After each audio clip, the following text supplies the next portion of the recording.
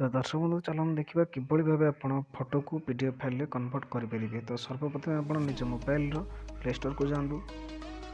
Play store गलापर से search bar में type करूँ JPG to PDF converter.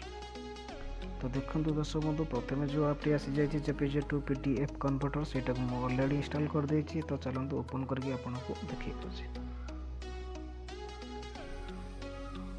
ऐपटी open है किसी इंटरफेस आसो जो कि फर्स्ट ऑप्शन में फाइल्स अच्छी फोल्डर अच्छे। तो आप फाइल्स रे क्लिक कर दिंतु। तो फाइल्स रे क्लिक करापर आप किसी फोटो सिलेक्ट कर दिंतु जोटा को आप पीडीएफ फाइल कन्वर्ट करने को चाहते। तो कलापर सिंपली आपको किसी करने पड़ोनी। देखु शेष गोटे ऑप्शन अच्छे कन्वर्ट टू पीडीएफ से डायरेक्ट क्लिक करूँ। देखो फोटोटी पीडीएफ फाइल कन्वर्ट हो जाए ओपन होगापी शो कर। तो देखो ओपन करके देखिए पीडीएफ फाइल आप एग्री कर दिंतु।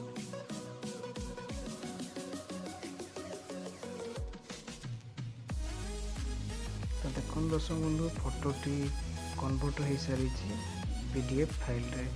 तो यही भाव आप ऐप्रे इजिली फोटो को पीडीएफ फाइल कन्वर्ट करेंगे।